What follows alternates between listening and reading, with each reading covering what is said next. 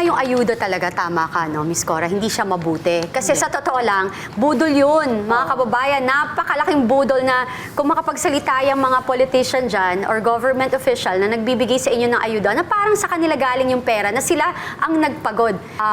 Kung yung 805 billion na yan, Na nasa maleta? Na nasa maleta na dinala ng mga Marines or retired men in uniform. Yes. Sa mga korap. Saan ho nating magandang i-divert or magagamit yan na nakagaan pa sa ating bayan? Na kung sana ay hindi nila binulsa, ay saan pa kaya nakapunta yung 800 na yan? Alam nyo, back of the envelope calculations ko, no? Yung 800 billion, napakalaki niyan. Okay? So, ayaw kong ilagay yan kung ako tatanungin, ayaw ko ilagay yan sa mga ayuda-ayuda kasi walang mangyayari dyan eh. You're giving the fish, you're not giving the fishing rod. Diba? Oh, yes. Kailangan maging productive yung pera. So, kung ilagay yan sa paggagawa ng mga kalye, it can build 80,000 kilometers of roads. Ganyan. Yes. And how many, and a lot of jobs. Yeah, from Manila to Masbate, ano lang yan 1,000 kilometers yata. Ito, 80,000 kilometers. So, ilang kalye magagawa niyan? Or, if you put it in homes, it can build up to 806,000 homes, assuming 1 million pesos per home. Oo. Tapos, ang Ilan mga manggagawa na ma-hire dyan, may trabaho po sila. Correct. Di ba? Kasi, may sweldo sila.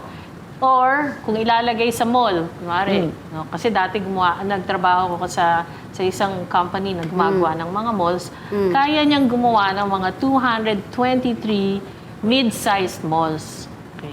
Na nagko-cost ng mga 3.6 billion pesos kada mall. Yeah. Ilang trabaho ang pinoprovide ng isang mall, di ba?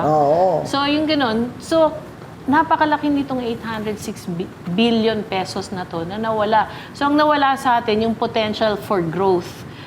Kasi kaya natin mag-grow ng 7 to 8% per annum.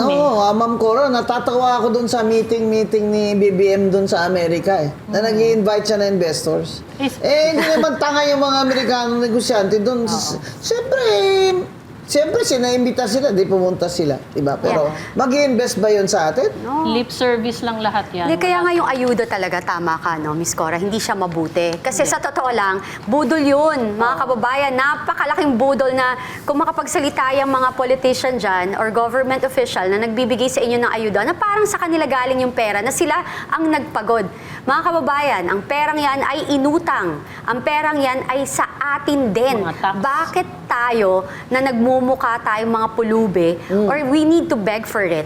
So, imagine if yan ay isang utang, ang mangyayari sa atin, yung mga apo nyo at apo ng mga apo nyo, hindi pa buhay, hindi pa ginagawa.